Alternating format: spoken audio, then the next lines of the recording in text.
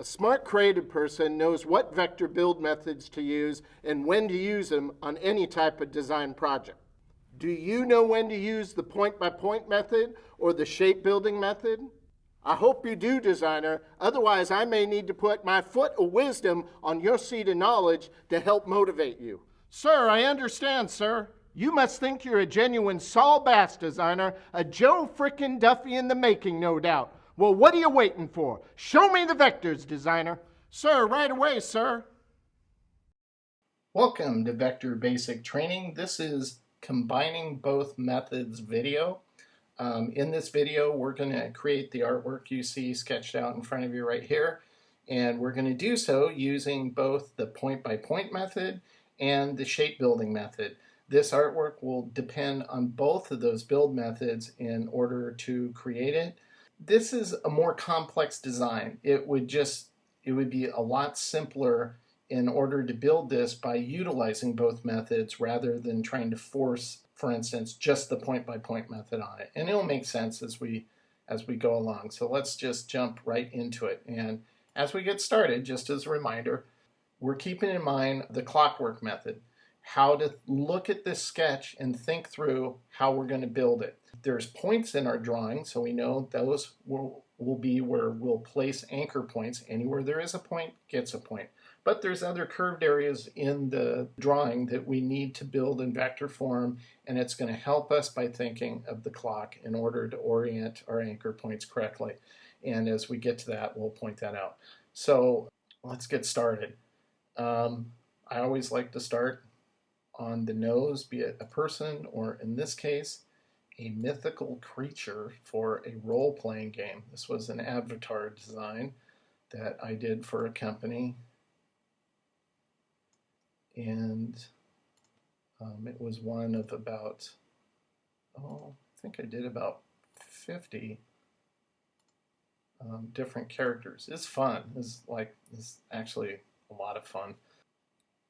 The company worked with these fantasy artists based out of Japan. That's where a lot of the game graphics were being developed. And so I would get these artist conceptual sketches for these characters. And then I would have to create an iconic representation of this very illustrative. I mean, just think of a fantasy novel, that kind of illustration. I'd have to bake it down into a logo version for an icon. So the clockwork method's coming into play here, 12 o'clock, 3 o'clock, 6 o'clock. Now, if this is 6 o'clock going up, obviously this is a no-brainer because there's a point, it gets a point. This is where you could think of this shape as a clock. 12 o'clock, obviously, 3 o'clock, and 6 o'clock. And then back up 3, 12. This curve here makes this 12, but now that we're going over here, this is more like a 9. Then we go back to 12, then 3, and then all the way at the bottom, 6. And once again, I'm not pulling out my handles too far because I'm giving myself room to adjust them into their correct length later. And wherever there's a point, gets a point. This is a subtle curve. We can accomplish that with the Bezier from this handle, or from this anchor point, I should say. So I'm not going to put a point here. I don't think it's needed. I'm not going to worry about these cut-ins because we're going to perform those with shape building. I'm not going to worry about these spikes. We're going to perform that with shape building too. And it'll make more sense as we progress.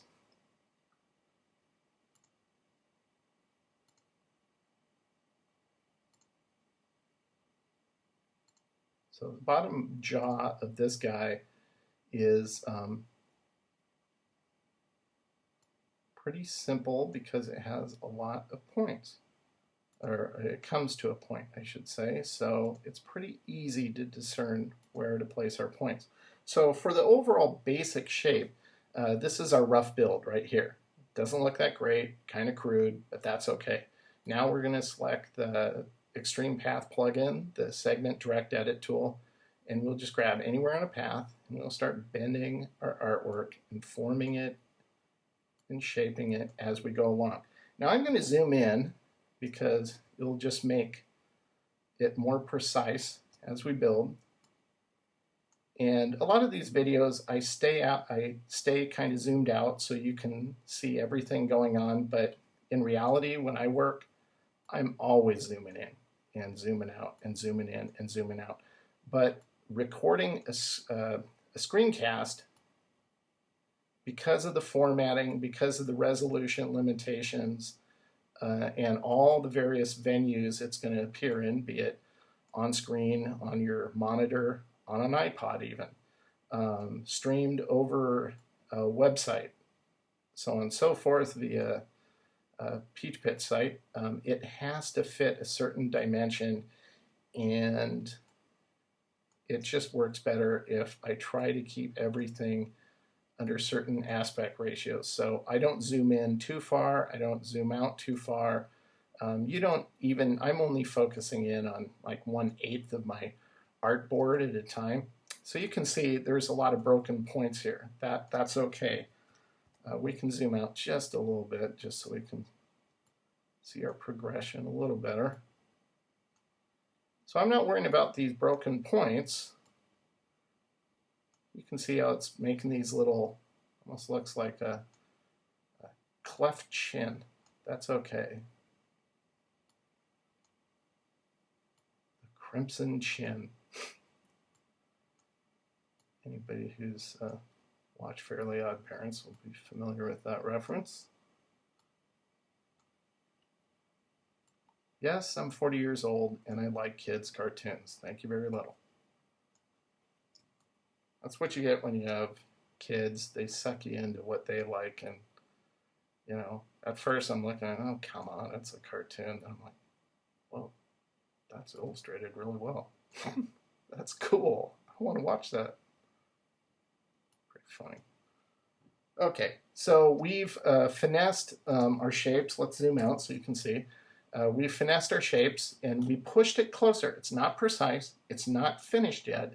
It's just closer to where we want it to go. And that's what we're looking for. The next stage for this specific path is we want to select all the anchor points that are going to be smooth, meaning they're going to transition from one side of the anchor point to the other side and have a nice curvature to it, a nice, elegant, smooth curve. It's not going to be a corner anchor point. A corner anchor point would be like at the tip of his horn. That's a corner anchor point. You wouldn't want that smooth, it'd look wonky. So once we have all those selected, we just go up to the control panel and click on Convert Selected Anchor Points to Smooth. And when we do that, bing, special effects included, it fixes all those. And now we're going to zoom in again so we can see what we're doing. Now we can go in and we can finesse our Bezier curves with the Bezier handles.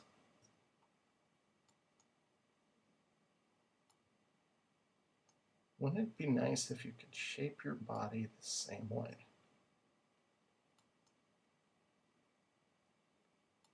Somebody at Peach Pit is reviewing this video going, I think we need to edit that part out.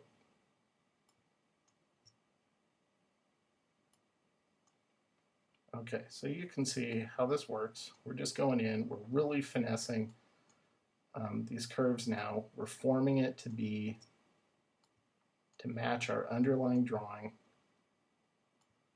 And if you haven't drawn it precisely, now I left a little flexibility down here. It got a little sketchy because I knew this would be a big swooping curve, so it'd be easy to pull off with elegant Bezier curves. So I wasn't worrying too much about dialing it in because it's a simple curve.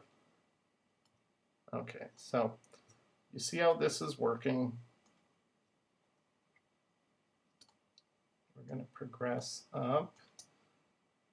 Looks good. I'm just kind of following along the perimeter of my art, making sure I didn't miss anything. And then when I get to an area that needs improvement or needs to be tweaked, I do it. That's a good way to not lose track of your detail in your art. just take the time to basically think of yourself as a vector security guard. You have to walk the perimeter, and the path is your fence, and you have to walk the fence and make sure there's no breaches, make sure there's nothing hinky going on. And if you find something hinky, then you have to call it in and fix it. So how's that for an analogy?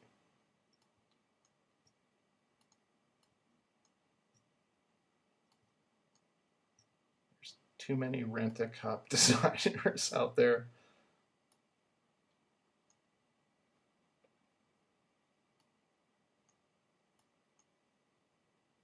Oh boy, that could be a rabbit trail in and of itself. I could do a whole book on that right there. The commoditizing of our industry. Okay, so we're dialing it in. Sometimes I just have to stop and look at it. Now, if you saw me sitting in my studio right now, my head is turning. There's times where it's easier for me to just drag a point out and then drag it back, let go, and then drag it back in order to see how it affects the shape better, rather than doing this, because you can see when you leave it there, the original path is there, so it kind of obstructs your view. So an easy way to just get out of that problem is just pull it out, let go, then that preview of the previous position disappears, and then you can bring the other one back and really precisely finesse it so it looks best, and that just makes it easier. So okay, I think something's not feeling right. So when something doesn't feel right, something usually isn't right. So I'm not going to let it go. I'm going to figure out what's wonky here. Now this is the part that you don't plan on when you're filming or recording, I should say, recording a screencast is, okay, make sure to keep in mind the time you're going to take when you just sit there and do nothing on screen trying to figure out why something doesn't feel right. But that's part of the process. Part of the process is, critiquing your work as you go, finding elements that could be improved upon, and improving it. So we're almost there. Okay, I think that looks pretty good. I think that's fine. So the next thing we're going to do is we're going to create this little horn here.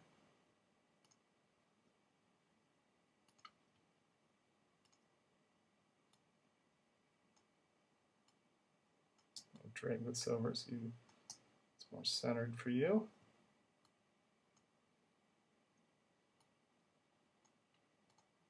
There. And this is an example of cloning an existing shape and using it as a throwaway shape. So I'll clone this, and then I'll just drag it over.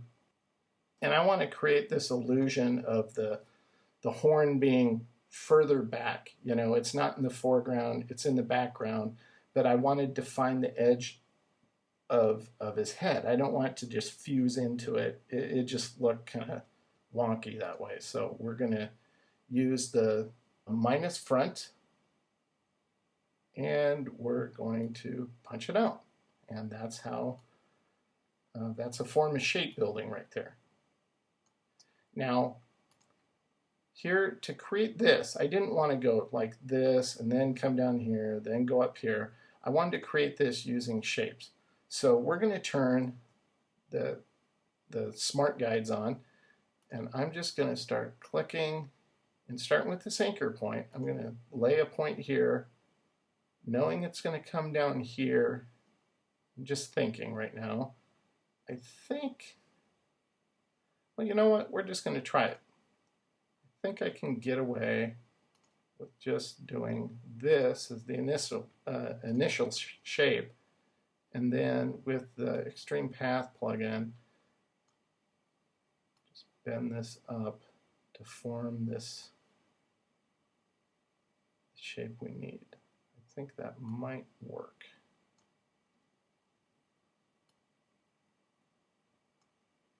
Okay, Now I'll turn Smart Guides off just so I can make these fine adjustments and it won't force my handle to snap to anything. And that looks pretty good. So I'm going to select this shape now. Make sure it's on top. Select my background, or select the shape of the monster, I guess we can call it, and minus front using the Pathfinder palette here to punch that out. So you can see how I created that. Now, we're going to have some issues, and these are the details you want to pay attention to. Notice how this is now a corner point. We want to make sure that's a round point. So we're going to go up and we're going to select this, go up and click the Convert Selected Anchor Points to Smooth in the control panel, and that fixes that. So now we have an elegant transition from the horn down into this kind of cut-in shape into the head. And that's great. That's what we wanted. So we can proceed more. So for his eye, this is another example. We're just going to do simple shape building here. And we're going to use the ellipse tool to create the base for the eye. As you see it there, just like that. And now we're going to create a simple throwaway shape. And this is the one thing, I have to admit, this is the one thing in my book that the sample I show in my book in analog form, meaning in the printed page, is okay. It is truly a throwaway shape, but it's really hard to show this in terms of just flat, a few images and make sense of it. It really is better understood by watching the videos. So I'm glad I'm able to show you throwaway shapes one after the other along the way, because that really puts it in the proper context. And that was really hard for me to communicate in the book. So hopefully this makes more sense of that, if that was kind of making you think like, I have no clue what he's talking about. So throwaway shape. Once you have both of them, make sure your throwaway shape is on top. Select both of them. And then the top shape is the one that Pathfinder uses to punch out, minus front, the back shape. And that's what you end up with. So that's how I'm going to use shape building there to form that. Now this little, I don't even know what you call it. It's just this little detail behind the eye. Once again, we can use shape building to create that.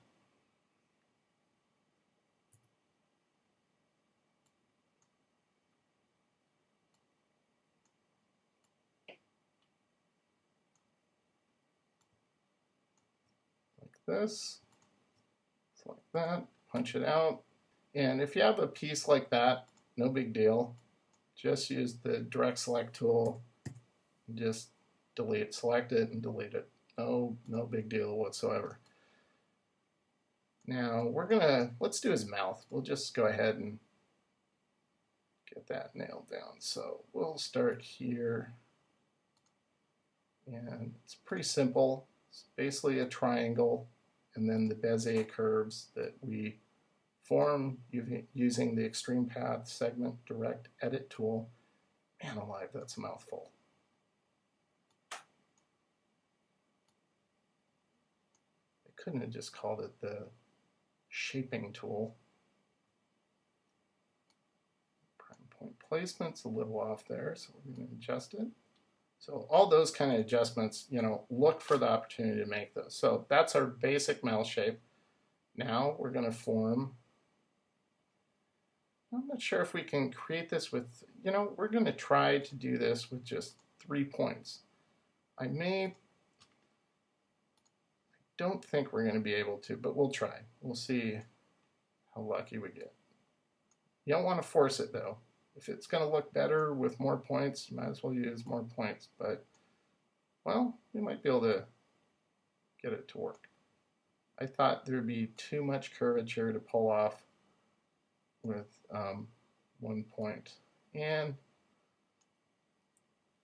let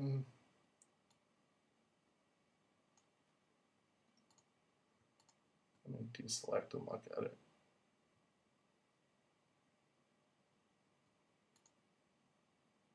this is pulled out a little.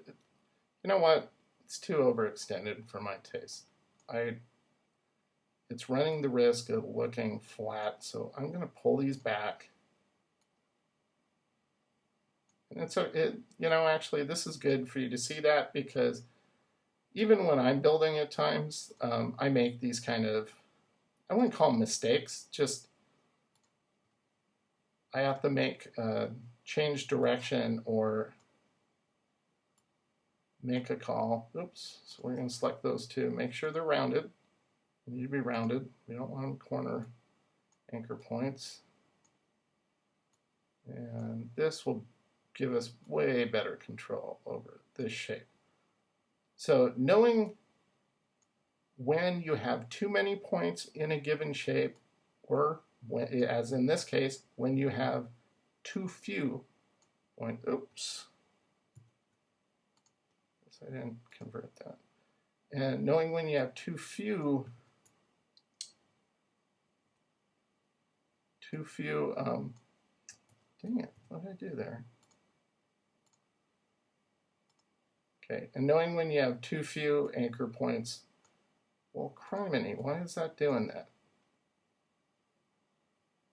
Of course it would do it right when I'm making a screencast. Okay, so like I was trying to say, why Illustrator was getting on my nerves, is that sometimes when you create a shape, knowing if you have too many anchor points, it's making it hard to form it accurately because you have too much information you're trying to control. But in this case, we didn't use enough anchor points, and it was getting the shape. We got it close, but it just wasn't as nice as it could be if we used an additional anchor point. So this curve on the top of his tongue looks way better now with the use of 3 points instead of 2. And the curve on the bottom, I think, is the same. It just looks better using 3, not 2. So that gives us what we need there. So let's jump to the back, and we're getting pretty close here. We're just going to create one shape. Now I've used the argument that if you're doing a forest, don't create one tree and clone it a million times to create the whole forest. Well, we're talking spikes. Spikes are supposed to be absolutely the same if they're manufactured, so that's my argument for not having to draw 5 individual spikes. We're just going to draw one, and I will go ahead and clone them. Oops, my bad. And put them in position.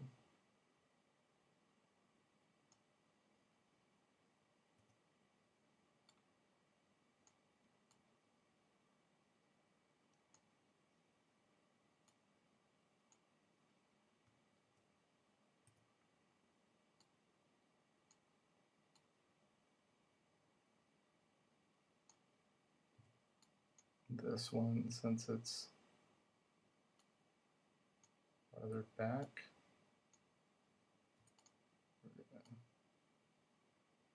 not make it quite as prominent. So there we go. We got that. So all we have left now are these kind of the breastplate of this dragon kind of.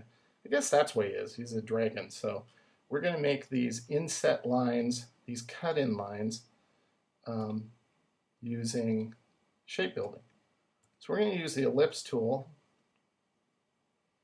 turn on Smart Guides so we can know when we're over an anchor point, select that anchor point, drag it until you see it line up with the other anchor point, and it tells you.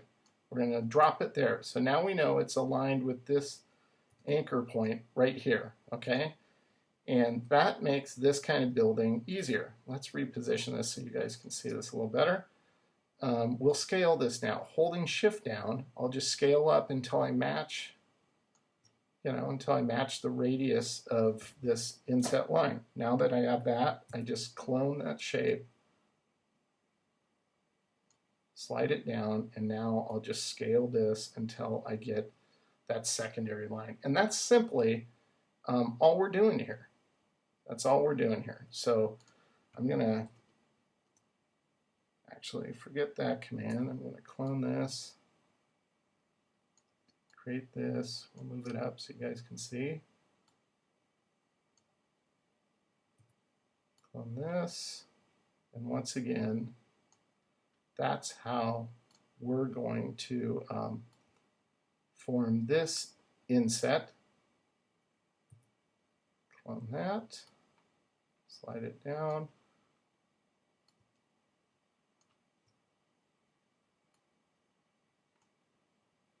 And that's all shape building is. So most of this artwork we created point by point, and other content such as these inset shapes we're creating them, that is, using shape building method. Now we're just going to minus front, create the independent shapes we need.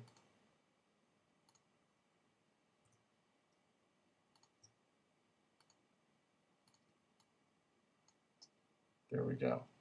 Now we're going to create some throwaway shapes here because we have excess. So we're going to select that, select this shape, minus front, so that the only part that'll cut into our design is the part that's going over the breastplate of this, this dragon. Okay, so that makes sense of that. Now this one, the throwaway shape we need here, and now that we have smart guides on, this is where it's nice. We'll come up, we'll drag on until we hit this anchor. So we now know that's where it should be. We'll drop the other point, create this throwaway shape. And the throwaway shape, once again, is there for no other reason than to progress our shape building. We'll use it to minus front on this shape. So now we have everything needed to punch through. Let's zoom out so you guys can see this. So now we have all of our vector assets in order to finish our design. So that's great. So let's go ahead and do this. So we're going to select this, the base shape, select the spikes, and select this guy. And for the sake of clarity, so you guys can see this easier, we're going to change the color. We'll just make the fill blue. And actually, I'm going to make it a lighter blue. There we go. And now we're going to click on Unite. And that creates one compound path. We'll send it to back and deselect it. Let's turn off the drawing now since we're done building so you can see it easier. And all we'll do now is we'll select the shapes that we want to punch out, or as in Illustrator's engineer's wisdom, minus front.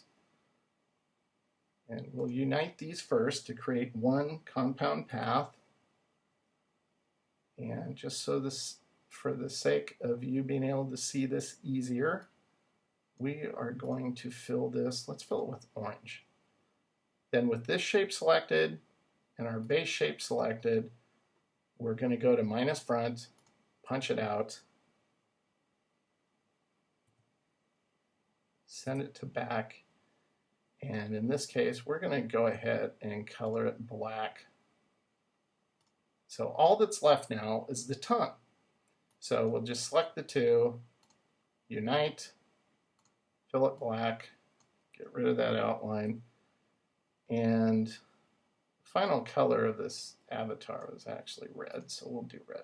So that's how you use the combination of both point-by-point building and shape building in order to build precisely in Illustrator.